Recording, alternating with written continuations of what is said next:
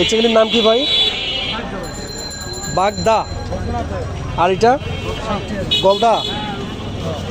আর এটা ব্রাদার, এটা কি?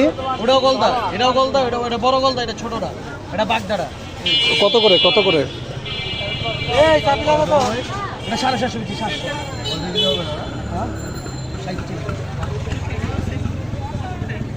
তাহলে 220 টাকা 250 টাকা। এই চাপিলা কত? একদম 220 টাকা রাখো। চাপিলা 220 টাকা হয়েছে, একদম 200 টাকা।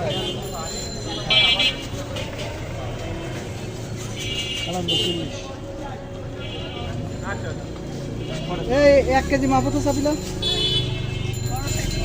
180 টাকার মাছ, তুমি 200 টাকা দিয়ে দেবে। তিনটা